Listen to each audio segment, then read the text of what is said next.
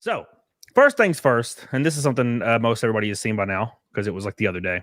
It's just the state filed a discovery disclosure in Nick's case, all with the evidence that they're using, and all of this is pretty much stuff we already expected.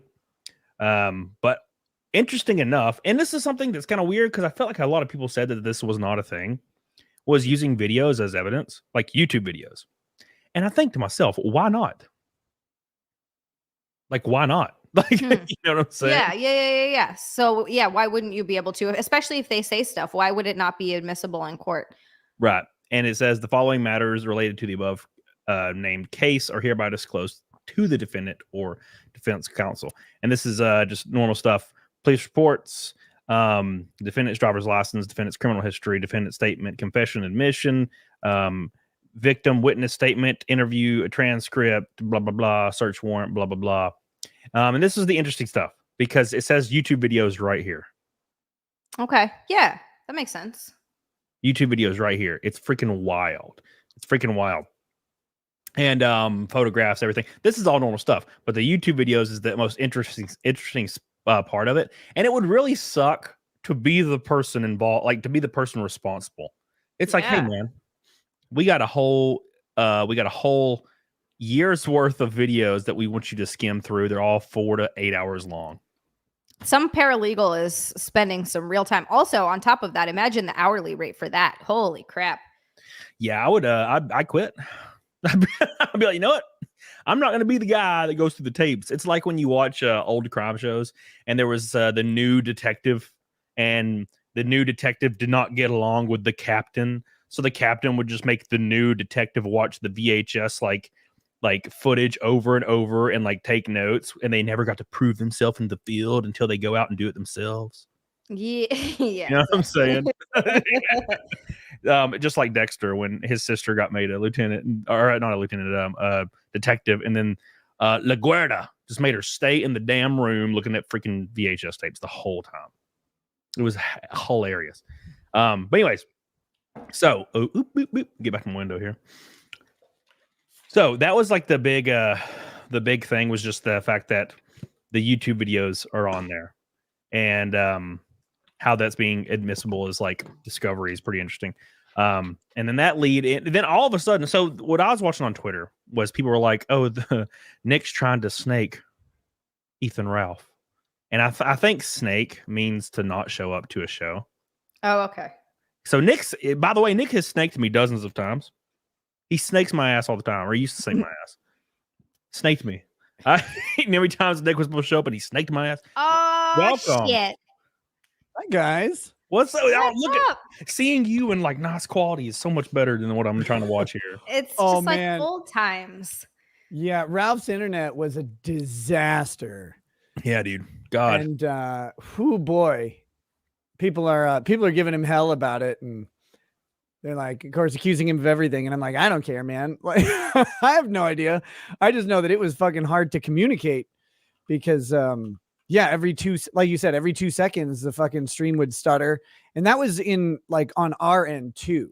So it wasn't just what was being broadcast out. It was like the communication between him and I took at the start, there's like a 5 to 10 second lag between exchanges.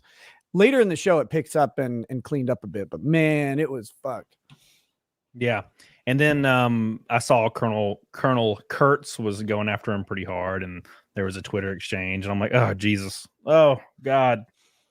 I don't know. Like I said, people were like really getting after Ralph. I'm like, I mean, what do you guys care? Well, at least it's not you. At least it's Ralph. Did Ralph?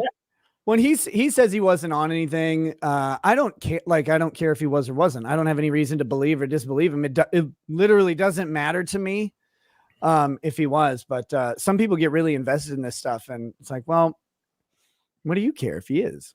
Well, you know how it is. I mean, you know better than anybody else right now that anything. Because so there was this discovery thing. Maybe I think it was what I was reading, and there's just a random thing from 2009, it's like a CPS case, and all these people speculating that like you did some shit, and I'm like, And I read your response where it's just like a change in like foster status or something. That's all. No, it's even less than that. So the file's from 2009, but we weren't even involved in 2009.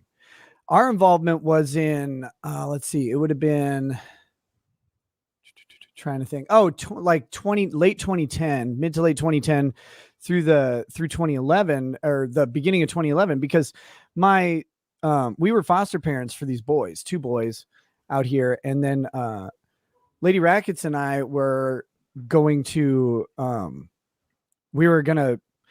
those 2 boys got respite care from, we were caring for them, but they got respite care because we were going to Canada with my family. And the morning we were supposed to get on a plane, Lady Ragged started bleeding. She was pregnant with our 2nd kid. And so we had to go to the fucking hospital, and the hospital said, you're okay. Everything's going to be fine, but you need to be on bed rest. No heavy lifting, really no lifting, and take it as easy as possible. So then we had to contact the county and be like, sorry, we can't keep fostering these kids, because I was still working at the time. It was before I went to law school and everything. And it's like, I can't be around these for all day for the kids. And Lady Raggets can't like pick them up because she's pregnant and she's bleeding. So she has to take it easy. So we had these 2 boys. It was like, one was 2 or 3 and the other was like 4 or 5, I think. And so we had to let them go to the family that was providing respite. They took over. And then I think those kids went back to their mom a little while later, but we kind of lost track of them after that because, you don't really track them. I don't know, unless you're weird. Yeah. I mean, unless you're weird. Well, I shouldn't say that. Some people who have really long-term placements with kids, they'll be involved in those kids' lives for a long time. If it's multiple years, we had them for a couple months. And it was really nice. We thought we might have a long-term placement, but ended up having the scare with the pregnancy. And then we never fostered after that. But yeah, so that would have been near the end of the file because my son was born in 2011. And it's like people made this big deal. It's like, no. Like that's not our file. The ones that are our files say Rekieta in the case name. And in that one, they redacted the case name because it's not us, guys. Like, but yeah, they speculate on everything. But the thing is, I don't think Ralph has any particular conditions that he has to meet for anything. I know people are very concerned about me because I have conditions to meet. And it's like, well, I'm meeting those. Right. And so when it comes to, how things are going now, so I noticed this, and forgive me if this is kind of gay, but I watched your show I think it was with Ty Beard. Yeah. Recently. And I made the comment, I don't remember who I was talking to, somebody through text or something. And I was like, Nick looks really, really good tonight. Hey, thanks, man. And I was like, this is great. I'm enjoying this. It might have been Art. I don't fucking remember. And I was like, yeah, he's looking great. And I think a lot of people have noticed, like, you look good. Well, there was this thing, and people, I don't know, they thought I was lying. It's like, well, you can't convince people you weren't, but I was sick for 20 fucking days. Two shots in a row of 10-day sicknesses. And I dropped down to 148 pounds, man. Like, Jesus. I was tiny and I fucking hated it. Because this is where this is the weight I wanted to be before I hit the gym, was 165, which is where I am now. It's where I got to right before getting sick. And then I got sick for 10 days, started to put the weight back on, got sick 10 days again. And it was like, that was fucking devastating because neither time I couldn't eat at all. Like for 10 straight days, the second time, even a liquid diet was literally painful. I had fucking pain as I swallowed even soup. So ew. It was good times, but people are like, you look terrible. I'm like, I know. Thanks. I wake up every morning and see it. Don't worry. You weighed less than Zia's tits. Yeah. That's true. That's true. I weighed them the other day. They are in fact 148 pounds. I have a lot of back. Nice. Well done. Yeah. Thank well you. Done. That's what I was going for. And one of the things that's been pretty interesting to watch is, and you can look at any chat and see it immediately. What do you say to people? Or you don't say shit, actually. I wouldn't say shit either. But like, what do you like? How do you react in like your mind when people are just fucking throwing like child abuse allegations like at you? I mean, part of it's frustrating because a lot of it is from a lack of information. So when in the search warrant, like one of the CPS calls was mentioned, Now, these calls happen when somebody decides they don't like something, and so they call in. But CPS ignored those calls for us. Now, I've been fucking swatted. I've had CPS call, a couple CPS calls. It turns out they don't tell you. You have these couple CPS calls go through, and they decided that they weren't worth looking into. But then when they get incorporated into a search warrant, even though they were completely ignored by CPS, but for some reason that's not explained, they decided that this is the basis for a search warrant, or part of the basis for a search warrant. People then go, oh, this must be a true thing. And it's like, well, no, that doesn't make it true at all. And I haven't really been able to talk about any of that because, you know, the determinations by CPS are part of the case. So until those come out and, you know, probably when the case is done, I got to kind of just keep quiet about it. But I can't really be mad about people thinking that way either because, well, what the fuck are they supposed to do? They don't have the information. So I just sit there and I have to deal with it. Or like there's a bunch of people like, you gave your child cocaine. It's like, really? Is that like, you really think that's what's going on? Okay, I guess if that's what you need to think, but that's not even alleged. That's not even alleged by Child Protective Services or the state in my case. So people come to these conclusions rather than going, man, this looks really odd. These test results seem strange. And me going, yeah, they're pretty fucking weird, aren't they? They're like, no, they must be 100% accurate and they must mean this other thing. And you're like, I can't really talk about any of this, which kind of fucking sucks.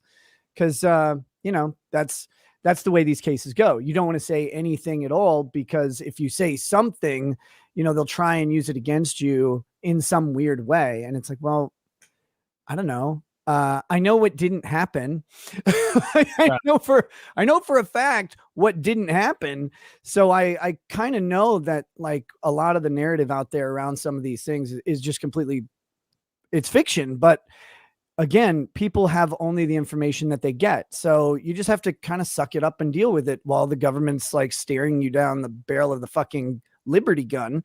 And you have to just wait and let people have their opinions. It sucks, but that's what you got to do. Yeah, and I was talking to somebody about this, and well, it was probably just somebody in my chat because I was thinking to myself, I'm like, why?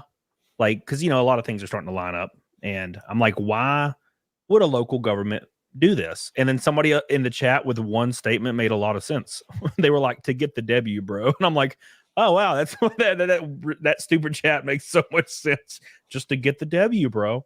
And I'm like that, and then you think back to all the times where you've watched documentaries on people and somehow the state or the local government would have so much shit. And then they had to work for years to get their name cleared. And it turns out like that. And I'm not saying this is the case. I'm just saying that it turns out that the state had fabricated all this shit just to destroy this random person. And it's like, wow, that's fucked up, man. Look, if people are really confused about a lot of the shit in the case, and like, they're like, holy shit, this is a surprise. You're not alone. They're being a surprise on some of this really outrageous shit.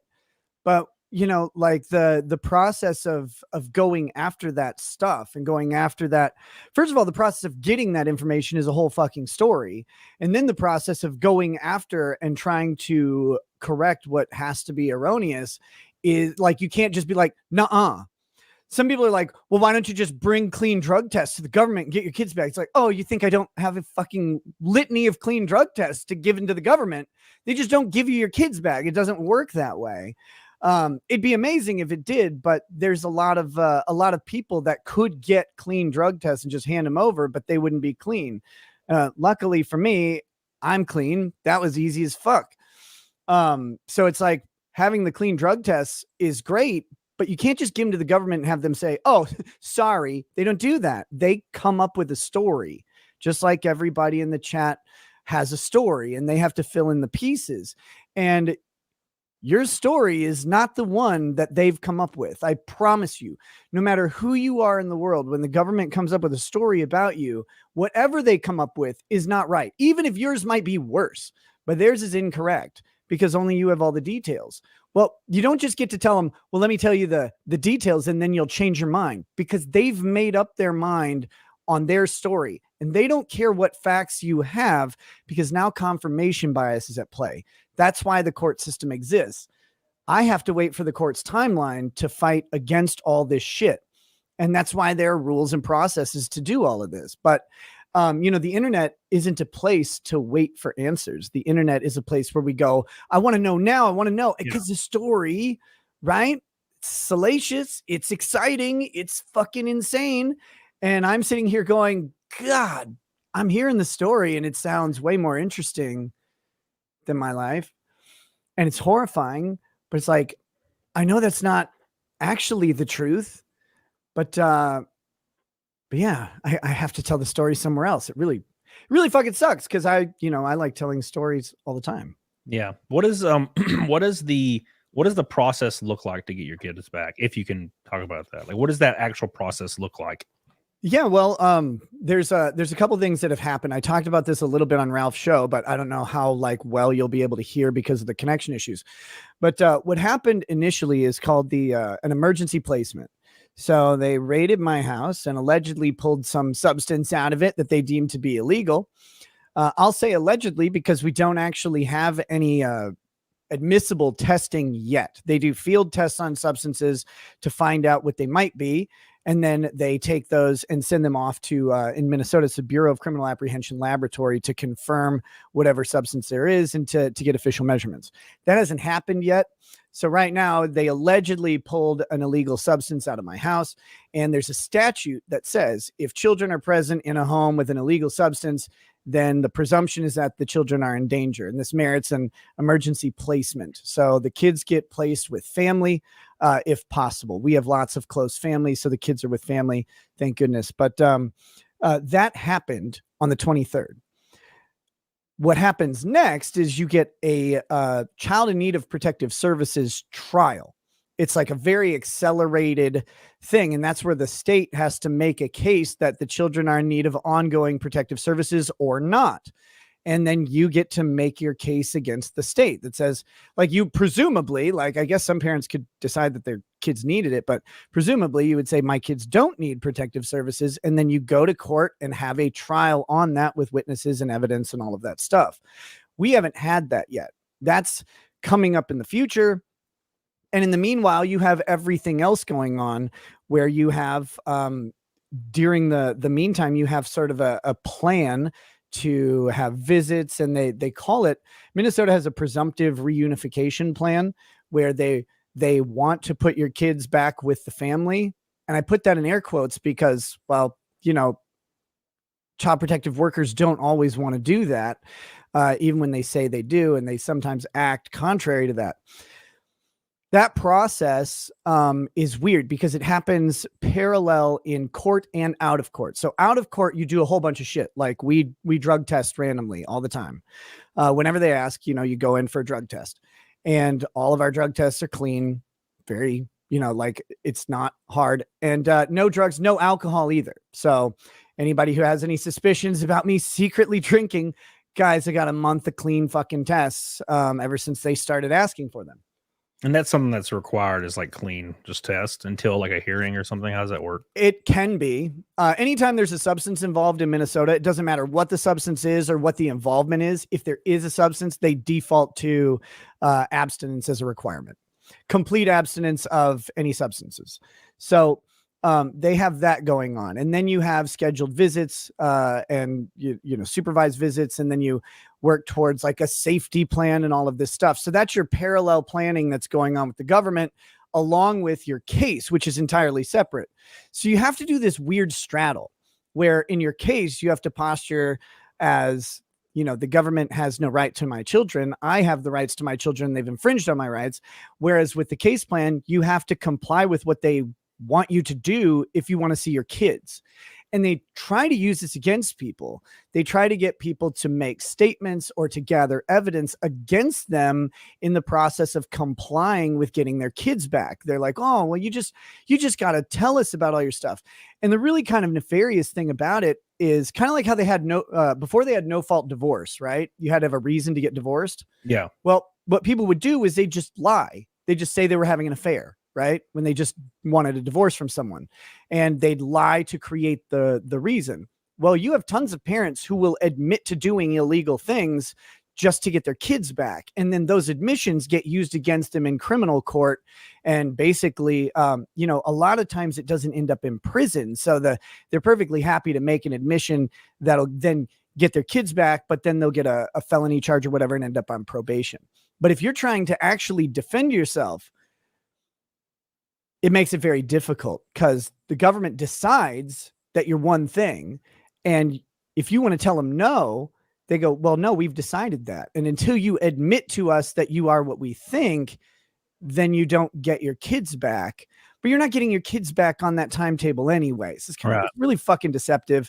It's a messy system, but it's the system that we have. And, you know, for some people, like they really probably shouldn't be around their kids, right? Like a lot of people are very dangerous to their children. Obviously, I don't think I am. And I know the internet will have some disagreement out there, but hey, you guys don't actually see my life at all. And that's fine. Like you don't, there's a reason you don't. But I have to run this sort of parallel track where I'm defending my rights on one hand, at the same time, complying with the government as much as possible without giving them any sort of incriminating statements or admissions that they would try and use against me in the criminal case. So you're saying, and this is how the process would loosely work, depending on who's involved.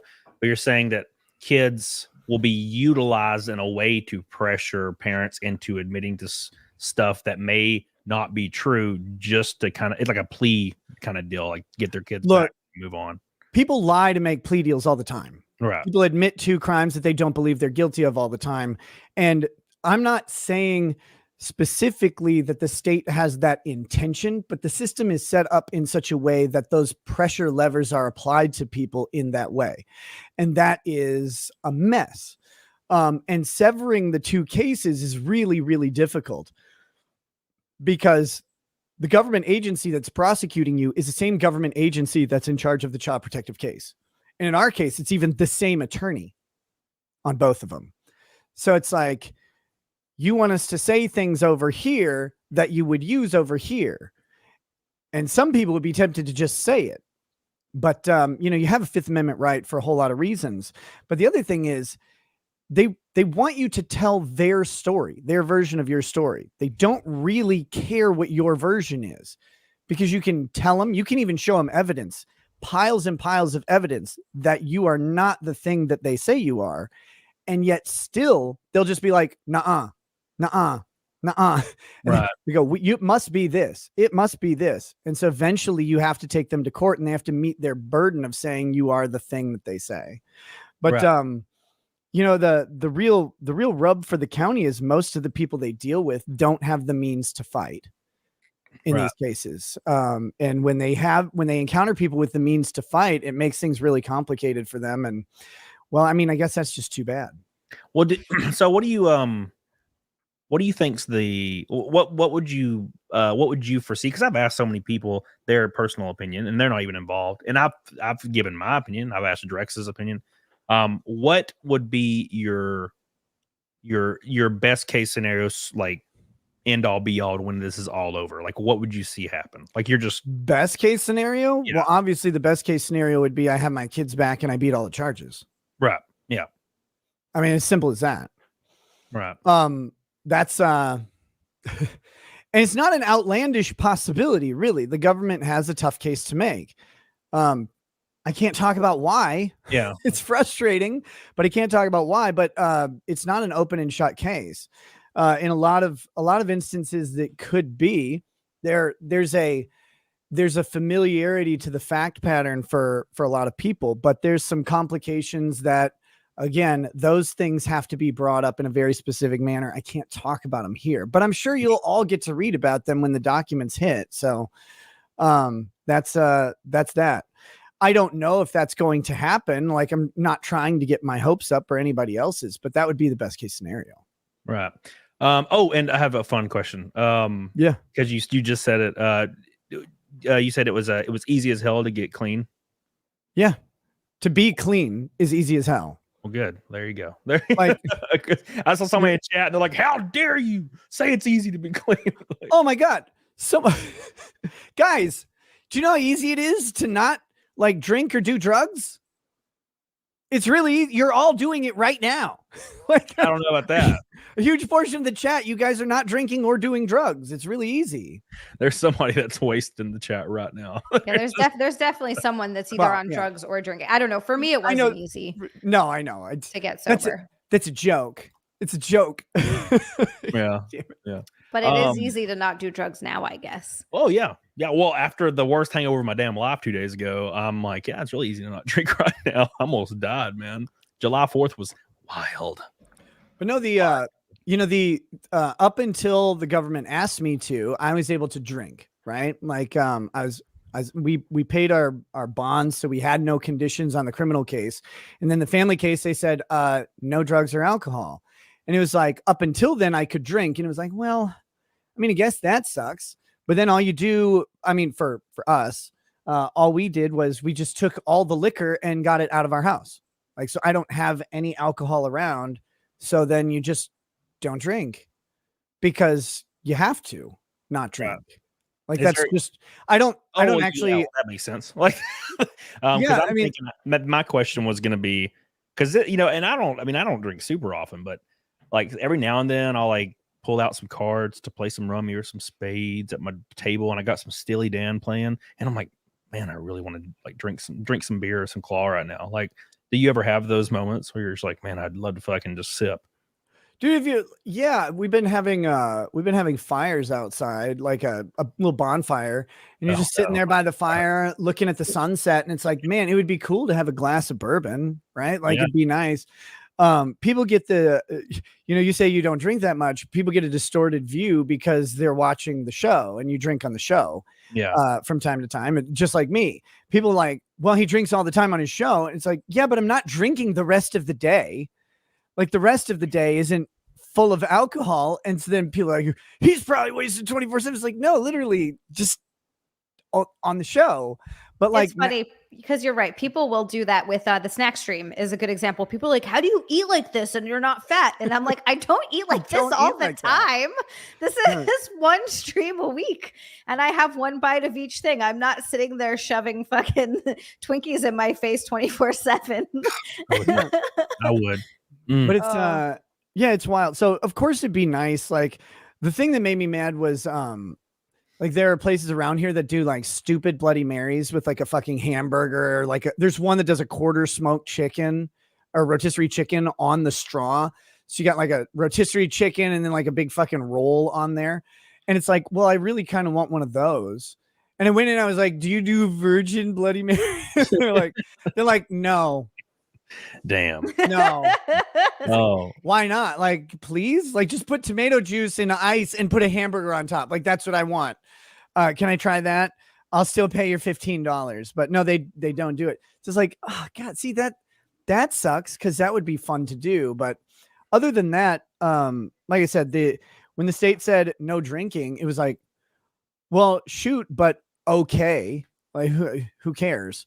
It's a good motivation, a good motivator. Yeah. Well, I mean, when I say who cares, like, well, who cares is just liquor, right? But the frustrating part of it is that, like, alcohol isn't part of any of the concerns that anyone has in our case. And so actually the list of concerns that they have is exceedingly small. But again, all of that has to wait. But alcohol isn't a concern. It's not like they decided no alcohol for some reason. So then you're just sitting there like, so this is for nothing? Like, that's really annoying. And they do that a lot. I mean, even before weed was legalized in Minnesota, if you got caught with a small amount of weed and you had a criminal charge for it, during your probation, no alcohol. So people couldn't like even come home from work and have a beer or whatever. And it really fucking frustrates a lot of people, because that's how a lot of people relax after work. Yeah. That makes sense.